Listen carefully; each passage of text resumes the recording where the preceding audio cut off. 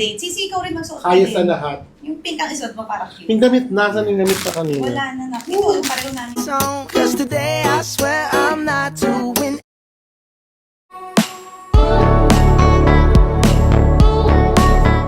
Kahit buntis at bedrest, hindi nalilimutan ni Alex at Mikey ang magsimba linggo-linggo. Palaging magkasamang sumimba ang mag-asawa at maraming ang nakikipag-pictures sa kanila.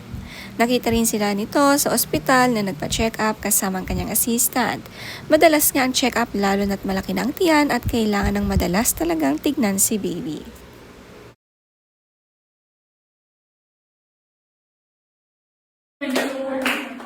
Happy birthday, happy birthday, happy birthday. Pinaghahanda rin ni Alex ang mga angels niya sa bahay. Maraming ang nag-aalaga sa kanya dito at thankful siya, kaya tuwing may birthday ang isa sa kanila ay talagang pinaghahanda niya. Special nga sila at talagang family na rin ang turing ng Casa Morada.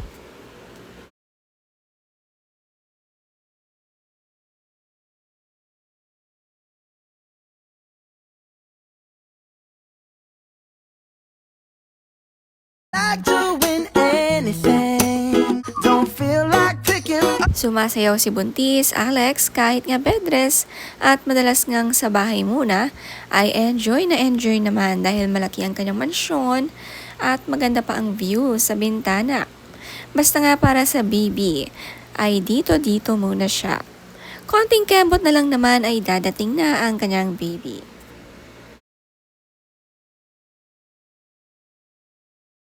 Maingat namang sasayaw si Alex at nakasuot ng medyas na makapit kaya safe na safe ito.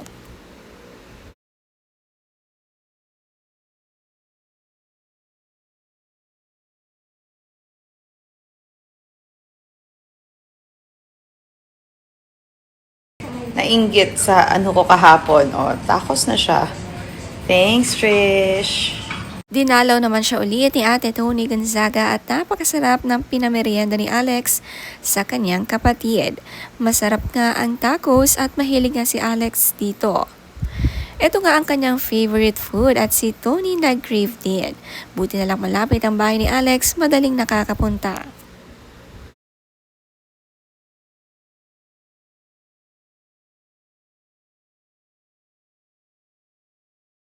Kakatuwa din itong nakaraan na holiday na wala sa loob ni Alex, na holiday at walang pasok ang kanyang asawa.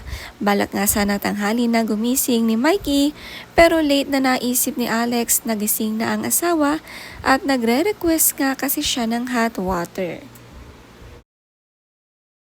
Tingnan natin yung pink socks. Yan ho yung pink socks. 239 pesos. Uncle, nasa yung sa'yo. Halika. O, para pakita sa inyo 195 din na sa lahat akin. po tayo ay ma-accommodate. Sisi, ikaw rin magsuot Kaya din. sa lahat. Yung pink ang isuot mo para cute. Yung damit, nasa yung damit sa kanina? Wala na na. Ito, pareho namin nakuha ang gamit. Ang ganda. Sige, ito ka na. Yung akin na yung Akin na yan, oo. Akin na. Ang sarap. Sayang. Ay, Isuot nakapin mo sa sa akin. seko. Halika. A steady bear. Halika dito, Sisi. Isuot mo. Nang nakamedyas. A steady bear. Ayan o, double. Ay, makikita na rin yung mga ano ko. Hindi, huwag mo na Pagkatapos nga raw pahinga ni Alex ng 2 days ay nag-live na ulit. Ilang oras lang naman ito kaya pwede nang tiyagain.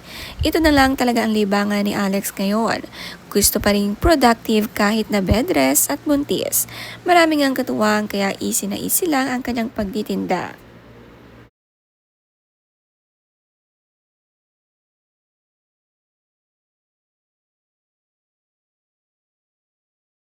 tanggalin ang Pwede. Okay. Ang talaga, parang sila stretchable talaga siya.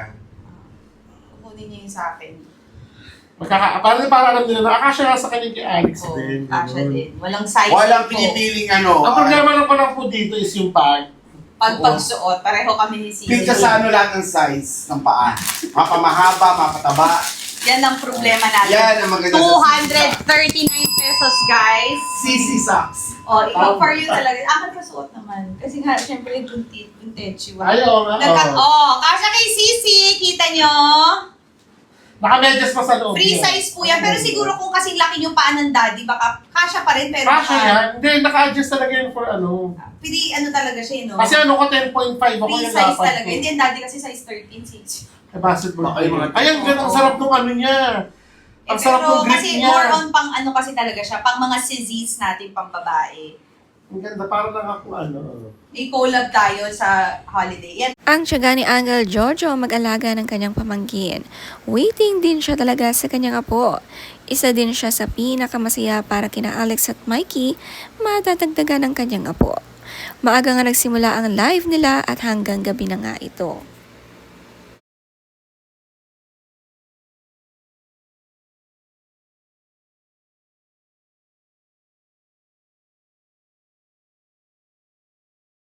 Oh. Ay, Guys, yes, abangan nyo yun. tapos grip siya talaga, oh. Alam mo, Maganda ang ka. asawa ko, hindi ako pinapayagan, dahil ngayon buntis ako, hindi ako pinapayagang mag-socks dito sa around the house. Kasi Pero hindi nung ka madulas. pinakita ko sa kanya yung sisis, tas nagamit niya, okay, pwede ka nang mag-socks. Kasi nga hindi ka dudulas. Bakit? Ito ba? Ayun, no? Size 10 and a half, si Mikey size 11, si Uncle Nine. size 9, ako size 8, 7 and a half. Ten- Pero ten na lahat ako po minsan. kasya sa amin kasi free sizing po siya. So sa lahat ng mga kababaihan natin dyan, Sobrang mura and it's nito. super anti-slip. Talagang Ay, tsaka alam mo to, to be Iyan mo fair, yung sa- minsan ako bumili ng malamig. Si Alex nga ang isa sa pinakamasipag na buntis.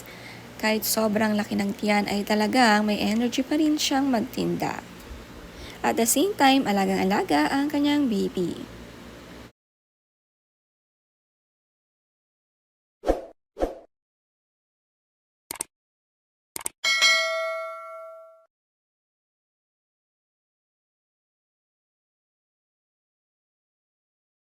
Oo. Pero yung anti-slip niya, parang ano Pagpunta lang. guard.